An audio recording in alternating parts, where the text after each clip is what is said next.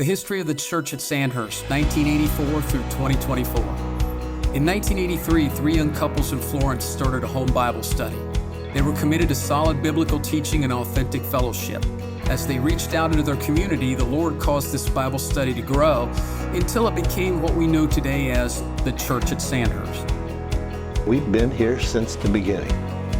The early days of the church were chaotic, challenging, rewarding, and a real dependence on God for what He was going to do here. God was working out His plan from the beginning because it was not our plan when we moved to Florence to start a church, and just the steps that were involved in His plan, looking back, are so humbling.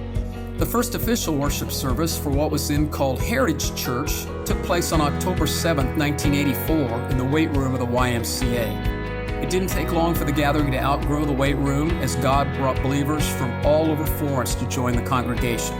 I see in my neighborhood the Power Up Club signs over the summer and go, and that really was kind of how this church was built, is reaching out into our community and touching lives. It was the people that attracted us. They showed the love of Christ to us. It was what we needed. We had prayed that God would give us godly friends, and He gave us some of the most wonderful friends in this new church.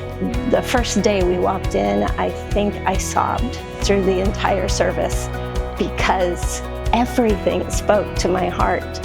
The singing was heartfelt, and the people greeted us. In fact, the guy who invited us kept telling us, come to this church. People really love each other at this church. And the Bible teaching was just fabulous. The teaching was very important to me because I grew up Catholic, and the Bible teaching, you think you know it, but I learned the Bible from Sandhurst.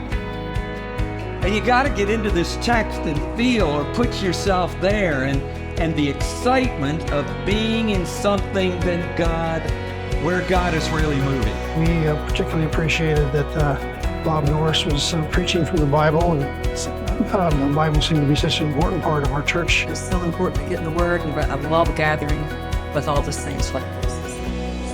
I think it's very important for us when it comes to how Sandhurst treats the Bible, and sometimes posture helps communicate these things. So you'll often see Will hold the Bible up over his head. It's not opinions, it's not what the world sees, it's not even necessarily what other leaders say. It always comes back to what is scripturally sound.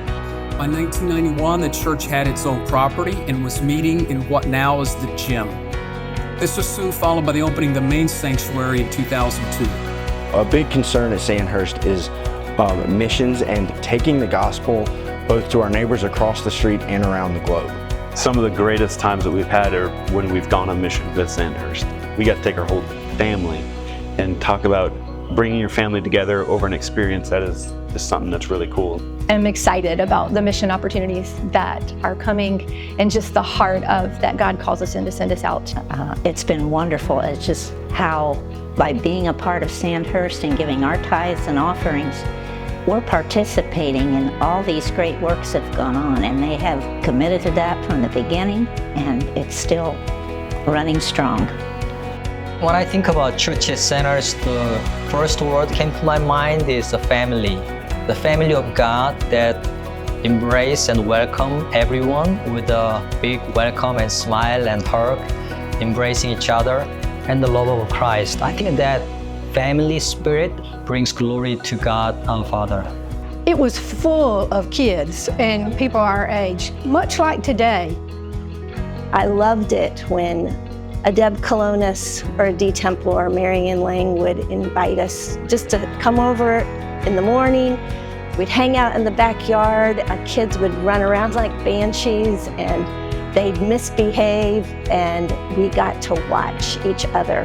And I just learned so much doing life next to the other people at this church. Just our kids growing up together with these other kids. What a blessing that was. I never feel like I'm parenting alone. I just feel like I have a good team of people behind us, supporting us, and equipping us. Raising a large family is hard. Raising a large family in a community like Sandhurst is a lot easier. Still hard, but a lot easier. I do think that there's truth to the phrase, it takes a village, but it matters who your village is.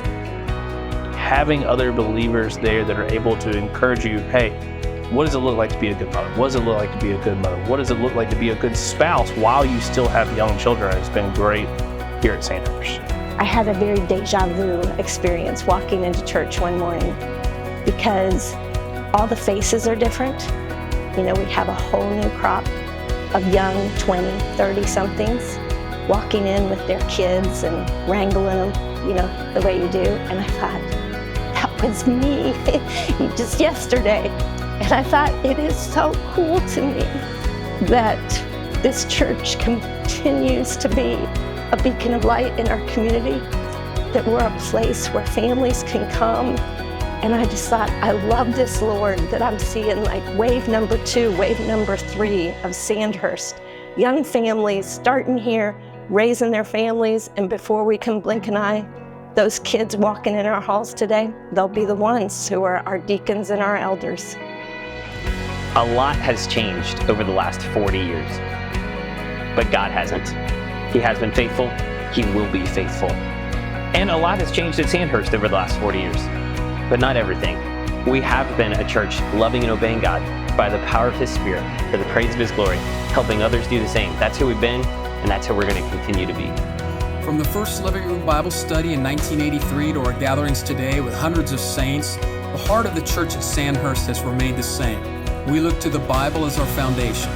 We prioritize fellowship for the fueling of our faith and our passion to see people come to Christ here in Florence and around the world.